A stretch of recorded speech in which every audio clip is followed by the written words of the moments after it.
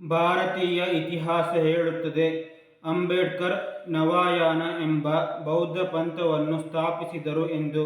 ಆದರೆ ನವಯಾನ ಬೌದ್ಧ ಪಂಥ ಸ್ಥಾಪನೆಯಾಗುವುದಕ್ಕಿಂತ ಮೊದಲಿದ್ದ ಬೌದ್ಧ ಪಂಥಗಳ ಜನರನ್ನು ಕೇಳಿ, ನೀವು ನವಯಾನ ಬೌದ್ಧ ಪಂಥದ ಬಗ್ಗೆ ಏನು ಹೇಳುತ್ತೀರಿ ಎಂಬ ಪ್ರಶ್ನೆಗೆ ಅವರು ಹೇಳುವುದು ಒಂದೇ ಉತ್ತರ.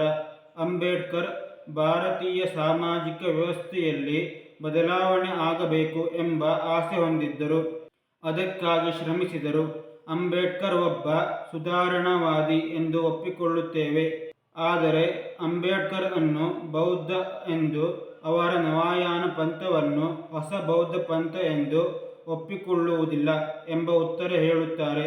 ಅವರ್ಯಾಕೆ ಅಂಬೇಡ್ಕರ್ ಒಬ್ಬ ಬೌದ್ಧ, ನವಯಾನ ಒಂದು ಬೌದ್ಧ ಪಂಥ ಎಂದು ಒಪ್ಪಿಕೊಳ್ಳಲಿಲ್ಲ ಎಂದು ತಿಳಿಯೋಣ ಈ ಒಂದು ವಿಡಿಯೋದಲ್ಲಿ. ಅಂಬೇಡ್ಕರ್ ಅವರು ಬೌದ್ಧ ಮತಕ್ಕೆ ಮತಾಂತರ ಆಗುವಾಗ, ನಾನು ನನ್ನ ಮನೆಯನ್ನು ಬಿಟ್ಟು ಹೋಗುತ್ತಿಲ್ಲ, ನನ್ನ ಮನೆಯ ಇನ್ನೊಂದು ಕೋಣೆಗೆ ಹೋಗುತ್ತಿದ್ದೇನೆ ಎಂದು ಹೇಳಿದ್ದರಂತೆ. ಆದರೆ ಅವರು ಆ ಕೋಣೆಯಲ್ಲಿ ಈ ಮೊದಲೇ ಇದ್ದ ಜನರ ಎಷ್ಟೋ ಆಲೋಚನೆಗಳನ್ನು ಒಪ್ಪಲಿಲ್ಲ. ಅವರೂ ಸಹ ಇವರನ್ನು ಒಪ್ಪಿಕೊಳ್ಳಲು ಸಿದ್ಧರಿರಲಿಲ್ಲ, ಏಕೆಂದರೆ ಭಿನ್ನ ಆಲೋಚನೆ ಇತ್ತು. ಸಾಂಪ್ರದಾಯಿಕ ಬೌದ್ಧ ಪಂಥಗಳು ಜನಿಸಲು ಅವರೊಳಗಿನ ಕಲಹ ಮತ್ತು ಭಿನ್ನಾಭಿಪ್ರಾಯಗಳು ಕಾರಣಗಳು ಆಗಿದ್ದವು. ಆದರೆ ನವಯಾನವು ಜನಿಸಲು ಜಾತಿ ವ್ಯವಸ್ಥೆ ವಿರೋಧಿಸುವುದು ಮತ್ತು ದಲಿತರಿಗೆ ನ್ಯಾಯ ಕೊಡಿಸುವುದು ಆಗಿತ್ತು.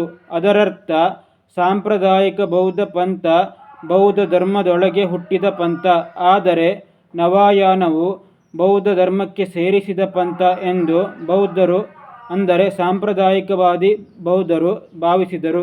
ಅಂಬೇಡ್ಕರ್ ಅವರ ಅನುಯಾಯಿಗಳು ಬೌದ್ಧ ಸಮುದಾಯ ನಮಗೆ ಇಷ್ಟವಾಗಿದೆ ಎಂಬ ಕಾರಣಕ್ಕಿಂತ, ಬೌದ್ಧ ಸಮುದಾಯಕ್ಕೆ ಹೋದರೆ ನಾವು ಇಷ್ಟು ದಿವಸ ಜಾತಿಯ ಕಾರಣಕ್ಕೆ ಅನುಭವಿಸಿದ ತೊಂದರೆಗಳಿಂದ ಮುಕ್ತರಾಗುತ್ತೇವೆ ಎಂದು ಭಾವಿಸಿದರು ಎಂಬುದು ಕೆಲವರ ಅಭಿಪ್ರಾಯ.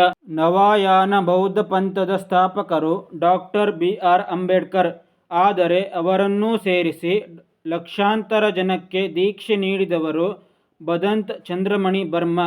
ಇವರು ಅಕ್ಟೋಬರ್ 14, 1956ರಂದು ಮಹಾರಾಷ್ಟ್ರದ ನಾಗಪುರದಲ್ಲಿ ಅಂಬೇಡ್ಕರ್ ಸೇರಿದಂತೆ ಲಕ್ಷಾಂತರ ಜನರಿಗೆ ದೀಕ್ಷೆ ನೀಡಿದರು. ಅಂಬೇಡ್ಕರ್ ಅವರು 22 ಪ್ರತಿಜ್ಞೆಗಳನ್ನು ಸ್ವೀಕರಿಸಿ ಬೌದ್ಧ ಧರ್ಮಕ್ಕೆ ಸೇರಬೇಕು ಎಂದು ಸೂಚಿಸಿದ್ದರು. ಆದರೆ ಇದು ಸಂಪ್ರದಾಯವಾದಿ ಬೌದ್ಧ ಧರ್ಮದಲ್ಲಿ ಇರಲಿಲ್ಲ. ಅಂಬೇಡ್ಕರ್ ಅವರು ದಲಿತರಿಗೆ ನ್ಯಾಯ ಕೊಡಿಸಲು ಹೋರಾಡುತ್ತಿದ್ದರು. ಅವರು ಭಾರತೀಯ ಇತಿಹಾಸದ ಅಧ್ಯಯನ ಮಾಡಿದಾಗ, ಧರ್ಮದ ಪರಿಕಲ್ಪನೆಯು ಭಾರತದಲ್ಲಿ ಯಶಸ್ವಿಯಾದ ಇತಿಹಾಸ ಎಂದು ಅರಿತರು. ತನ್ನ ನಂತರವೂ ಈ ಹೋರಾಟಗಳು ನಡೆಯುತ್ತಿರಬೇಕು ಎಂದರೆ ಇದು ಧಾರ್ಮಿಕ ಪರಿಕಲ್ಪನೆಯಲ್ಲಿ ಇರಬೇಕು ಎಂದು ಯೋಜಿಸಿದರು. ನಂತರ ಭಾರತೀಯ ಧಾರ್ಮಿಕ ವ್ಯವಸ್ಥೆಯಲ್ಲಿ ಒಂದಾದ ಬೌದ್ಧ ಧರ್ಮವನ್ನು ಆಯ್ದುಕೊಂಡರು. ಭಾರತೀಯರು ಪಾಶ್ಚಾತ್ಯಗಳಿಂದ ಬಂದ ರಿಲಿಜನ್ ವ್ಯವಸ್ಥೆಗೆ ಹೋಗಬಾರದು ಎಂದು ಬಯಸಿದ್ದರು. ಇದಕ್ಕೆ ಕಾರಣವನ್ನು ತಮ್ಮ ಗ್ರಂಥಗಳಲ್ಲಿ ಕೊಟ್ಟಿದ್ದಾರೆ. ಸಾಂಪ್ರದಾಯಿಕ ಬೌದ್ಧ ಪಂಥಗಳಲ್ಲಿ ಸೇರಿದರೆ ಅಂಬೇಡ್ಕರ್ ಮತ್ತು ಸಾಂಪ್ರದಾಯಿಕತೆಯ ನಡುವೆ ನಿರಂತರ ಗದ್ದಲಗಳು ನಡೆಯುತ್ತವೆ ಎಂದು ಯೋಜಿಸಿ ಹೊಸ ಬೌದ್ಧ ಪಂಥವನ್ನು ಸ್ಥಾಪಿಸಿದರು. ಈ ಪಂಥಕ್ಕೆ ಹೊಸ ಗ್ರಂಥ ಬರೆದು ಇದು ಹೇಗೆ ಕಾರ್ಯನಿರ್ವಹಿಸಬೇಕು, ಏನನ್ನು ನಂಬಬೇಕು, ನಮ್ಮ ಗುರಿ ಏನು ಎಂಬುದರ ಬಗ್ಗೆ ನೀಲನಕ್ಷೆಯನ್ನು ಕೊಟ್ಟರು. ಸಂಪ್ರದಾಯವಾದಿಗಳ ಪ್ರಕಾರ ನವಯಾನ ಆಧ್ಯಾತ್ಮವನ್ನು ಉತ್ತೇಜಿಸುವುದಿಲ್ಲ, ಮನುಷ್ಯನಿಗೆ ನೇರ ಅನುಭವಕ್ಕೆ ಬರದ ಯಾವುದನ್ನು ನಂಬುವುದಿಲ್ಲ, ದಲಿತರಿಗೆ ನ್ಯಾಯ ಕೊಡಿಸಬೇಕು ಎನ್ನುವ ಅಂಬೇಡ್ಕರ್ ಉದ್ದೇಶ ನಿರಂತರವಾಗಿ ಜನರಿಗೆ ನೆನಪಿರಬೇಕು ಎಂದು ಬಯಸಿದ್ದರು. ಸಾಂಪ್ರದಾಯಿಕ ಬೌದ್ಧ ಪಂಥಗಳಲ್ಲಿ ಎಷ್ಟೇ ಭಿನ್ನತೆ ಇದ್ದರೂ ಬುದ್ಧನ ಮೂಲಕ ನಿರ್ವಾಣ ಹೊಂದುವಂತೆ ಜ್ಞಾನೋದಯ ಮತ್ತು ನಿರ್ವಾಣ ವ್ಯಕ್ತಿಗತ ಆಯ್ಕೆ ಎಂದು ಹೇಳುತ್ತದೆ. ಆದರೆ ನವಯಾನವು ಅಂಬೇಡ್ಕರ್ ಹೇಳಿದ ಮಾರ್ಗದರ್ಶನದಲ್ಲಿ ಸಮಾನತೆ ಸಾಧಿಸಲು ಬಯಸುತ್ತದೆ. ಇದರಿಂದ ಸಾಂಪ್ರದಾಯಿಕವಾದಿ ಬೌದ್ಧ ಪಂಥದವರು ನವಯಾನದಲ್ಲಿ ವ್ಯಕ್ತಿ ಮಾನಸಿಕವಾಗಿ ಸಂತೋಷವಾಗಿ ಇರಲು ಹೇಳದೆ, ಇತರ ಸಮುದಾಯಗಳಿಗಿಂತ ತಾನು ಕಡಿಮೆ ಅಲ್ಲ ಎಂದು ಹೇಳಲು ಬಯಸುತ್ತದೆ. ದಲಿತ ಸಮುದಾಯಗಳು ಬುದ್ಧನ ಹೆಸರಿನಲ್ಲಿ ರಾಜಕೀಯವಾಗಿ ಒಂದಾಗಲು ನವಯಾನ ಪ್ರೇರೇಪಿಸುತ್ತದೆ ಎಂದು ಭಾವಿಸಿದ್ದಾರೆ. ಅಂಬೇಡ್ಕರ್ ಅವರು ಸಾಂಪ್ರದಾಯಿಕ ಬೌದ್ಧರು ಇರುವಂತೆ ಇರದೆ ಪಾಶ್ಚಿಮಾತ್ಯ ಶೈಲಿಯಲ್ಲಿ ಒಂದು ಧರ್ಮ ಹೇಗೆ ಇರಬೇಕು ಎಂದು ಯೋಜಿಸಿದರು. ಏಕೆಂದರೆ ಅವರು ಪಾಶ್ಚಿಮಾತ್ಯ ಶಿಕ್ಷಣ ಪಡೆದಿದ್ದರು. ದಲಿತ ವ್ಯಕ್ತಿಗೆ ನ್ಯಾಯ ಕೊಡಿಸುವ ಉದ್ದೇಶ ಹೊಂದಿದ್ದರು. ಬೌದ್ಧ ಧರ್ಮವನ್ನಾಗಲಿ ಅಥವಾ ಬೇರೆ ಸಮುದಾಯವಾಗಲಿ ಅವರು ತಾವು ಶಿಕ್ಷಣ ಪಡೆದ ಪಾಶ್ಚಾತ್ಯ ಶಿಕ್ಷಣ ಆಧಾರದಲ್ಲೇ ಅರ್ಥ ಮಾಡಿಕೊಂಡರು. ಅವರು ಬೌದ್ಧ ಧರ್ಮವನ್ನು ಬೌದ್ಧ ಗುರುವಿನ ಬಳಿ ದೀಕ್ಷೆ ಪಡೆದು ಸಾಂಪ್ರದಾಯಿಕ ಶೈಲಿಯಲ್ಲಿ ಬುದ್ಧನನ್ನು ಅರಿಯುವ ಪ್ರಯತ್ನ ಮಾಡಲಿಲ್ಲ. ಅವರು ನವಯಾನ ಸ್ಥಾಪಿಸುವಾಗ ಬೌದ್ಧ ಗುರುವಿನ ಮೂಲಕ ಸ್ಥಾಪಿಸಿದರು.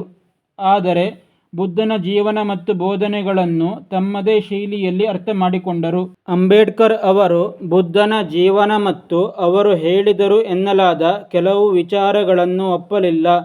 ಇವರು ಕರ್ಮ ಸಿದ್ಧಾಂತ ಮತ್ತು ಪುನರ್ಜನ್ಮ ಪರಿಕಲ್ಪನೆಗಳು ಪರಿಶೀಲಿಸಲಾಗದ ಆಧ್ಯಾತ್ಮಿಕ ಸಿದ್ಧಾಂತಗಳೆಂದು ಹೇಳಿದರು ಹಾಗೂ ಆತ್ಮದ ಪರಿಕಲ್ಪನೆಯನ್ನು ನಿರಾಕರಿಸಿದರು. ಜ್ಞಾನೋದಯ, ಏಕಾಂತ ಧ್ಯಾನದ ಮೂಲಕ ನಿರ್ವಾಣದ ಸಾಧ್ಯತೆ ಇದೆ ಎಂಬುದನ್ನು ತಿರಸ್ಕರಿಸಿದರು. ಅಂಬೇಡ್ಕರ್ ಧಮ್ಮದ ಮೂಲಕ ಈ ಜನ್ಮದಲ್ಲಿಯೇ ಸ್ವಾತಂತ್ರ್ಯ, ಸಮಾನತೆ ಮತ್ತು ಸೋದರತೆಯನ್ನು ಸಾಧಿಸಬೇಕು.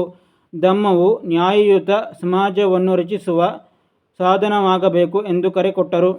ಮೋಕ್ಷ, ವಿಧಿ, ಆತ್ಮ, ಮಾಟ, ಮಂತ್ರ ಇಂತಹ ಅಲೌಕಿಕ ಸಿದ್ಧಾಂತಗಳನ್ನು ನಿರಾಕರಿಸಿದರು. ಯಾವುದೇ ಧರ್ಮ ತರ್ಕ ಮತ್ತು ವೈಜ್ಞಾನಿಕತೆ ಮೂಲಕ ಜನರನ್ನು ಬೆಳೆಸಬೇಕು. ಯಾವುದು ಪ್ರಾಯೋಗಿಕ ಪರಿಶೀಲನೆ ಮೀರಿರುತ್ತದೆಯೋ ಅವೆಲ್ಲವನ್ನು ತಿರಸ್ಕರಿಸಬೇಕು ಎಂದು ಹೇಳಿದರು. ಬುದ್ಧರು ಹೇಳಿದ 4 ಸತ್ಯಗಳು ಬುದ್ಧನ ಮೂಲ ಬೋಧನೆ ಅಲ್ಲ. ಇವು ನಿರಾಶಾವಾದವನ್ನು ಹೇಳುತ್ತದೆ ಮತ್ತು ದೋಷಪೂರಿತವಾಗಿದೆ. ಬುದ್ಧನ ನಂತರ ಇವುಗಳನ್ನು ಧರ್ಮಗ್ರಂಥಗಳಲ್ಲಿ ಸೇರಿಸಿದ್ದಾರೆ ಎಂಬುದು ಅಂಬೇಡ್ಕರ್ ವಾದವಾಗಿತ್ತು. ಆಸೆ ದುಃಖಕ್ಕೆ ಮೂಲ ಕಾರಣ ಎಂಬುದು ಮನುಷ್ಯನಲ್ಲಿ ಆಶಾವಾದವನ್ನು ಹುಟ್ಟಿಸುವುದಿಲ್ಲ ಎಂಬುದು ಅಂಬೇಡ್ಕರ್ ವಾದವಾಗಿತ್ತು. ಸಾಂಪ್ರದಾಯಿಕ ಬೌದ್ಧ ಧರ್ಮವು ದುಃಖವು ವ್ಯಕ್ತಿಗತ ಬಯಕೆಯಿಂದ ಹುಟ್ಟಿಕೊಳ್ಳುವ ಸೃಷ್ಟಿಯ ಸಹಜ ಅತೃಪ್ತಿದಾಯಕ ಸ್ವರೂಪ ಎಂಬಂತೆ ಹೇಳಿದರು. ಅಂಬೇಡ್ಕರ್ ಸಮಾಜದ ದುಃಖವನ್ನು ನಿವಾರಿಸುವ ಬಯಕೆ ಹೊಂದಿದ್ದರು.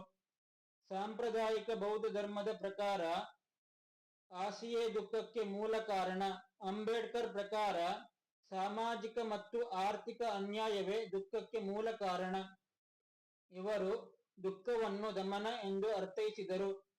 ಸಾಂಪ್ರದಾಯಿಕ ಬೌದ್ಧರು ಅಷ್ಟಾಂಗ ಮಾರ್ಗದ ಮೂಲಕ ದುಃಖ ನಿವಾರಣೆಯ ಮಾರ್ಗ ಕಂಡುಕೊಂಡರೆ ಮನುಷ್ಯನು ವೈಯಕ್ತಿಕವಾಗಿ ಮತ್ತು ಸಾಮೂಹಿಕ ವಿಮೋಚನೆಗೆ ದಾರಿ ಕಂಡುಕೊಳ್ಳಬೇಕು ಎಂದು ಅರ್ಥೈಸಿದರು. ಅಂಬೇಡ್ಕರ್ ಅವರು ಬುದ್ಧನ ಬೋಧನೆಗಳನ್ನು ಮರುವ್ಯಾಖ್ಯಾನ ಮಾಡಿದ್ದಲ್ಲದೆ ಸಾಂಪ್ರದಾಯಿಕ ಬೌದ್ಧರು ಹೇಳುವ ಬುದ್ಧನ ಜೀವನದ ಕೆಲವು ಘಟನೆಗಳನ್ನು ಒಪ್ಪಿಕೊಳ್ಳಲಿಲ್ಲ. ಅದಕ್ಕೆ ಅವರದೇ ಆದ ಕಥೆ ಸೇರಿಸಿದರು. ಸಾಂಪ್ರದಾಯಿಕತೆಯ ಪ್ರಕಾರ ಸಿದ್ಧಾರ್ಥ ಬುದ್ಧನಾಗುವುದಕ್ಕೆ 4 ದೃಶ್ಯಗಳು ಕಾರಣ. ಆದರೆ ಅಂಬೇಡ್ಕರ್ ಇದನ್ನು ಒಪ್ಪದೆ ಸಿದ್ಧಾರ್ಥ ನೀರಿನ ಸಂಘರ್ಷವನ್ನು ಬಗೆಹರಿಸಲು ವಿಫಲವಾದ ಕಾರಣ ಗಡೀಪಾರು ಶಿಕ್ಷೆಗೆ ಒಳಗಾದ. ಈ ಘಟನೆಯು ಸಿದ್ಧಾರ್ಥ ಬುದ್ಧನಾಗಲು ಕಾರಣವಂತೆ. ಸಾಂಪ್ರದಾಯಿಕ ಬೌದ್ಧ ಧರ್ಮದಲ್ಲಿ ಸನ್ಯಾಸದ ಬಗ್ಗೆ ಪರಿಕಲ್ಪನೆ ಇದೆ.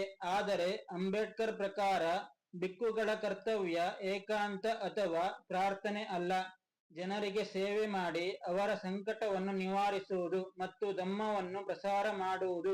ಅಂಬೇಡ್ಕರ್ ಅವರು ನವಬೌದ್ಧ ಧರ್ಮವನ್ನು ಪಸರಿಸಲು ಸಂಘ ಮತ್ತು ವಿನಯ ಇವುಗಳನ್ನು ಬಳಸಿಕೊಳ್ಳಲು ನಿರಾಕರಿಸಿದರು. ಅವರು ಸನ್ಯಾಸತ್ವ ಮತ್ತು ಮಠದ ಪದ್ಧತಿಯನ್ನು ನಿರಾಕರಿಸಿದರು. ಪೌರಾತ್ಯ ಧಾರ್ಮಿಕ ಸಮುದಾಯಗಳಂತೆ ಮರದ ಕೆಳಗೆ ಧ್ಯಾನಕ್ಕೆ ಕುಳಿತುಕೊಳ್ಳುವ ಬದಲು ಪಾಶ್ಚಿಮಾತ್ಯದಂತೆ ಜನರಿಗೆ ಸಹಾಯ ಮಾಡಿ ಜನರ ಮನಗೆದ್ದು ಆ ಮೂಲಕ ಬೌದ್ಧ ಧರ್ಮ ಸೇರಲು ಆಹ್ವಾನ ನೀಡುವಂತೆ ಕರೆ ನೀಡಿದರು. ಇದಿಷ್ಟು ಈ ವಿಡಿಯೋದ ಮಾಹಿತಿ. ನಿಮಗೆ ಈ ವಿಡಿಯೋ ಇಷ್ಟ ಆಗಿದ್ರೆ ಲೈಕ್ ಮಾಡಿ, ಶೇರ್ ಮಾಡಿ, ಹಾಗೆ ಸಬ್ಸ್ಕ್ರೈಬ್ ಮಾಡಿ.